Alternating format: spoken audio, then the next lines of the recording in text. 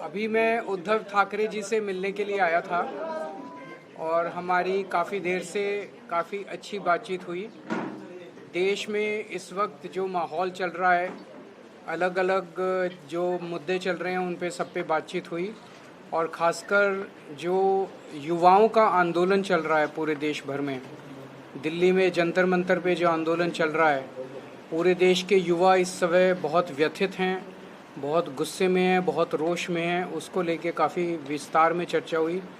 कल दिन में जंतर मंतर मैं गया था, रात को उद्धव ठाकरे जी गए थे और वहाँ पे लोगों से मिल के आए, उनके नेतृत्व से मिल के आए। हमारी सरकार से हम सब लोगों की यही मांग है कि ये हमारे देश के बच्चे हैं, हमारे देश का भविष्य हैं।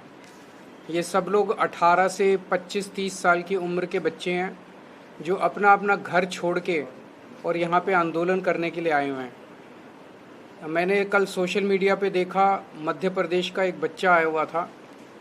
उसने अपने बैग से एक टिफ़िन निकाला और उस टिफ़िन में कुछ मूंगफली के दाने थे, एक प्याज का टुकड़ा था और एक अचार था। उसको लेके वो मध्य प्रदेश से यहाँ पे पहुँचा हुआ है। एमएससी का छात्र था।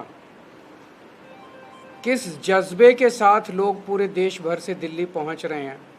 रात रात भर वो कल पूरा कनॉट प्लेस रात में भरा हुआ था, पूरा जनपथ भरा हुआ था, जंतर मंतर भरा हुआ था। लोग खूब वहाँ पे अलग अलग राज्यों से पहुंच रहे थे। तो हमारा सरकार से ये कहना है कि पेपर लीक हो रहे हैं, इवैल्यूएशन सिस्टम्स गड़बड़ा रहे हैं, बहुत बड़े रैकेट चल रहे हैं शिक्षा व्यवस्था के अंदर और एग्ज़ामिनेशन सिस्टम में। इसको ठीक करने की जिम्मेदारी सरकार की थी। सरकार अपना काम नहीं कर पाई, सरकार फेल हो गई। अब जब लोगों ने शिकायत की सरकार से तो जनता को अपना उसका समाधान नहीं मिला। जब समाधान नहीं मिला तो लोग सड़कों पे उतरे और जब सड़कों पे उतरे तो उन पे लाठीचार्ज कराया गया और बर्बरता से उनको मारा गया। ये सही नहीं है। सरकार को इनकी बात सुननी चाहिए। ऐसा भी क्या है, शिक्षा मंत्री इस्तीफ़ा क्यों नहीं दे सकते? कितने मंत्री बदलते हैं, कितनी बार मंत्री बदलते हैं। शिक्षा मंत्री को इस्तीफ़ा देना चाहिए और एग्जामिनेशन सिस्टम को दुरुस्त करना चाहिए। हम इस आंदोलन को पूरी तरह से सपोर्ट करते हैं।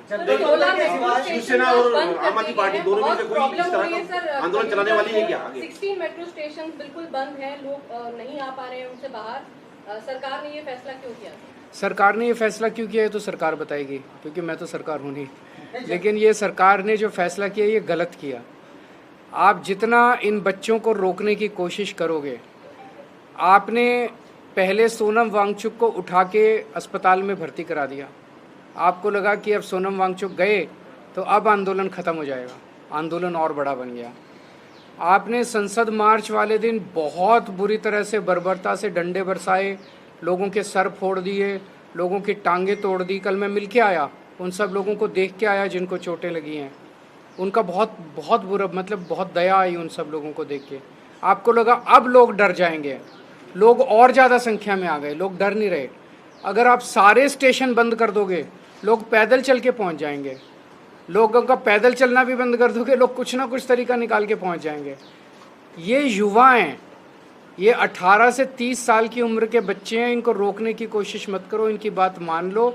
ये सरकार के अपने फायदे में रहेगा। सर, जंतर मंतर के सिवाय कांग्रेस का जो प्रोटेस्ट हुआ उस पर कुछ चर्चा हुई क्या? इंडिया अलायंस है आपका? देखिए, सबको करना चाहिए, सारे करें, जितने भी देश में लोग हैं सब लोग सड़क पे आंदोलन करें, इसमें कोई हर्ज नहीं है। लेकिन आपने शिवसेना और आम आदमी पार्टी दोनों मिलकर कोई आंदोलन की बात कर रहे हैं कि आगे जाने की, दोनों साथ मिलकर? हम तो उनके साथ ही हैं। कल ये भी गए थे, हम भी गए थे। हमें अलग से करने की क्या ज़रूरत है? हम तो उनके साथ ही हैं। वो देश के युवा आंदोलन कर रहे हैं, हम युवाओं के साथ हैं। कांग्रेस के आंदोलन को आपका सपोर्ट है क्या? क्योंकि ऐसे कह रहे राहुल गांधी ने कल हम मुद्दे का सपोर्ट करते हैं। मुद्दा है कि परीक्षाओं का लीक बंद होना चाहिए, परीक्षा लीक होनी बंद होनी चाहिए।